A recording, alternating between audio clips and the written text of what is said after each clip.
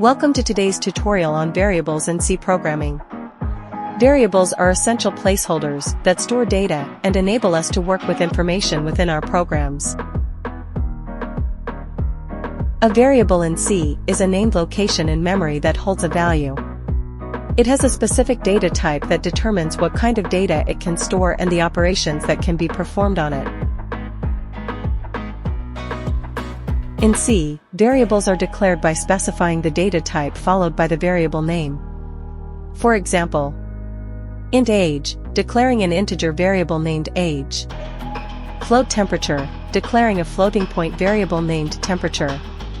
Char letter, declaring a character variable named letter. Initializing a variable means giving it an initial value at the time of declaration. It's good practice to initialize variables to prevent using uninitialized values, which can lead to unpredictable behavior in your program. Int count equals 0, initializing an integer variable count with the value 0. Float pi equals 3.14, initializing a float variable pi with the value 3.14. Char grade equals a, initializing a character variable grade with the value a. When naming variables in C, follow these rules. 1. Variable names can contain letters, digits, and underscores. 2. They must start with a letter or an underscore. 3. Variable names are case-sensitive. 4. Avoid using reserved keywords as variable names.